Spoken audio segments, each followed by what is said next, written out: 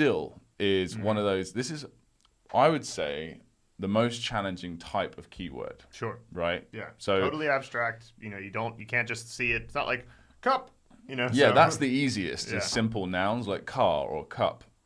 And then there are also some abstract things like, for example, number 10. But that's actually so abstract that you just find something, an object like Maradona, for example, the football player with number 10, or number 10 Downing Street. You choose a British Prime Minister.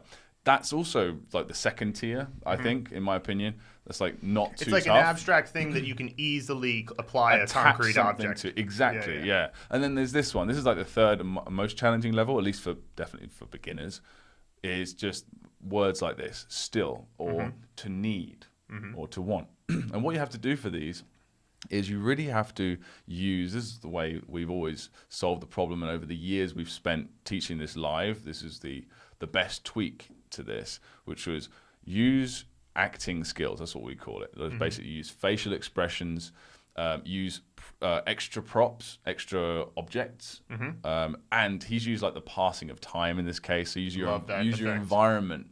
And then he's really run it into the ground there with a Facebook time lapse video, and he's just and posting and stuff.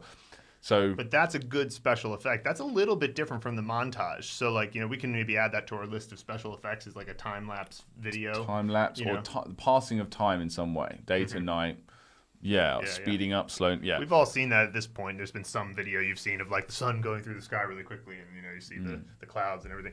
And that is a good effect. The montage effect is something we recommend when you want to get across the idea. It's like every movie director has thought of this. They're like, well, Rocky needs to go from not being good at boxing to being good at boxing in 3 minutes. So what are we going to do? All right, we're going to show the different shots of him doing these various things. Time lapse could be great too, and that really does get across the idea of still. It's like you show a time lapse. Maybe even imagine the sun going up and down many times, and then they're still there, right? So that would make sense. So that's a really good way around that. And by the way, I would say it's the most challenging keyword, but again, it's only most challenging if you don't know how to handle it, if you don't know what to do about it. Right.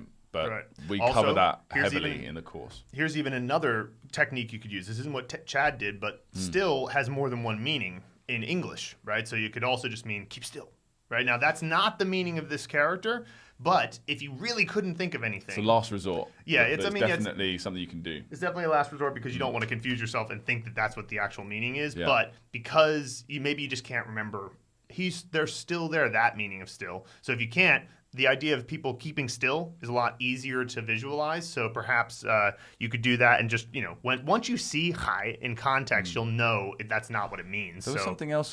There was another thing we did with that was sentence. Right. Like 句, as in 句子, sentence, like an English sentence or whatever. Right.